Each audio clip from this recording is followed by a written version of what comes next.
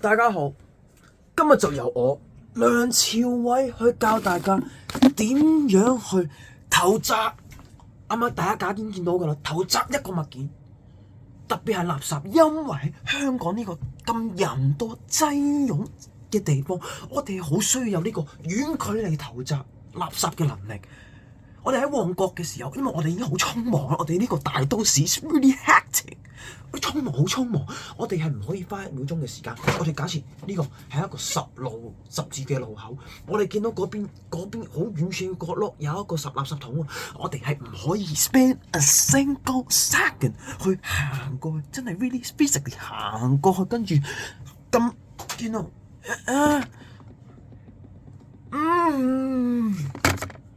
我哋就係 that's why 我哋就要 practice 呢件事。我哋做所有嘢都要解答咗一個疑問先。我哋無論做生意、做音樂、做創作、做所有嘢都好，都要解答一件事，就係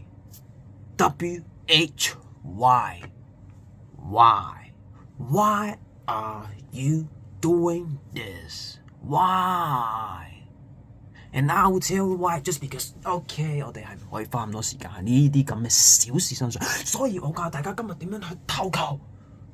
OK， 我哋直接進入主題。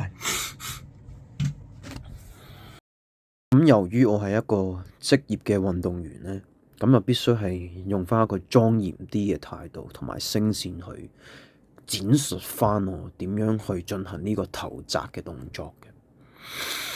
首先第一步，大家見到呢個位置，我哋假設你係右手啦，因為重大部分人都係右手。我哋做一個小踏步，右左出去。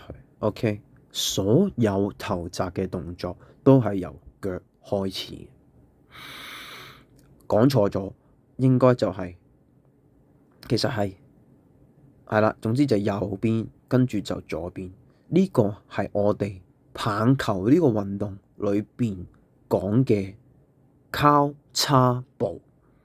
OK， 咁我唔清楚我做得啱唔啱啦，後邊交叉 OK， 但係其實 at least 至少地喺我對上嗰20年嘅職業生涯裏邊，我都係咁樣噶啦，我都係用呢個動作，而且地我都贏咗唔少嘅獎杯。唔信嘅自己上網揾我個名，大谷翔平。其次就係我哋而家呢個位置，好，腳我哋做完啦。咁手咧 ，OK， 手大家可能淨係會去專注喺我右手投擲嘅嗰隻手上面，但係唔應該。大家將個專注去擺喺我前面隻手左手身上，睇下我隻手點樣去牽引我成個身體嘅轉動同埋 movement。留意我左手見唔見到啊？我隻左手指邊啊，好似指住佢咁樣嘅，見唔見到啊？指住，跟住就落左邊，做得好靚。左邊就打開個肩胛骨。大家真係以打棒球、壘球嘅做所有嘢都係，你唔好諗住淨係掉用手揸，你係有成個身體俾你用嘅。見到個肩胛骨打開，跟住成個身體就俾我揈咗出去。我係透過我左邊嘅身體牽引我成個投球嘅動作。咁基本上後面我所有嘢做得啱，當我隻腳做得啱，同埋我前方左手做得好嘅時候，我隻右手就好自然而然地就被牽引出去。我根本全程係冇諗過我隻右手嘅。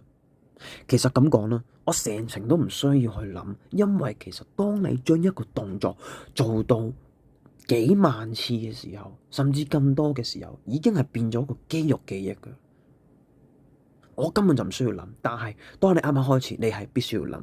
OK， 翻一開始就係第一次諗腳，我哋係諗右左。